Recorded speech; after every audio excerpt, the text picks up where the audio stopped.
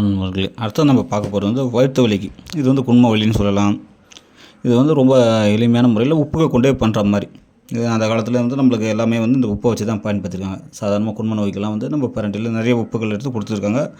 அதில் வந்து நம்ம ஒரு வகையானதை பார்க்க போகிறோம். இப்போ இதுக்கு நம்ம என்னென்ன பொருள் தேவைன்றது பார்ப்போம். நம்ம சோத்து உப்பு, சாப்பாடு உப்பு, சோடா உப்புன்றது எல்லாமே நம்மளுக்கு தெரிஞ்ச விஷயம். அது நம்ம சமையலுக்கு பயன்படுத்துறது எடுத்துக்கலாம். ரெண்டாவது வந்து சீனை காரம், வெடி உப்பு, இந்த உப்பு. இந்த உப்புகள் எல்லாமே வந்து நம்ம சமையலை எடுத்து குப்பைமானி சாத்தில் வந்து 10 தடவை வந்து தீச்சை அரைச்சி புடம் போடணும். இது வந்து புடம் போட சொல்ல வந்து பஸ்மமாகிடும்.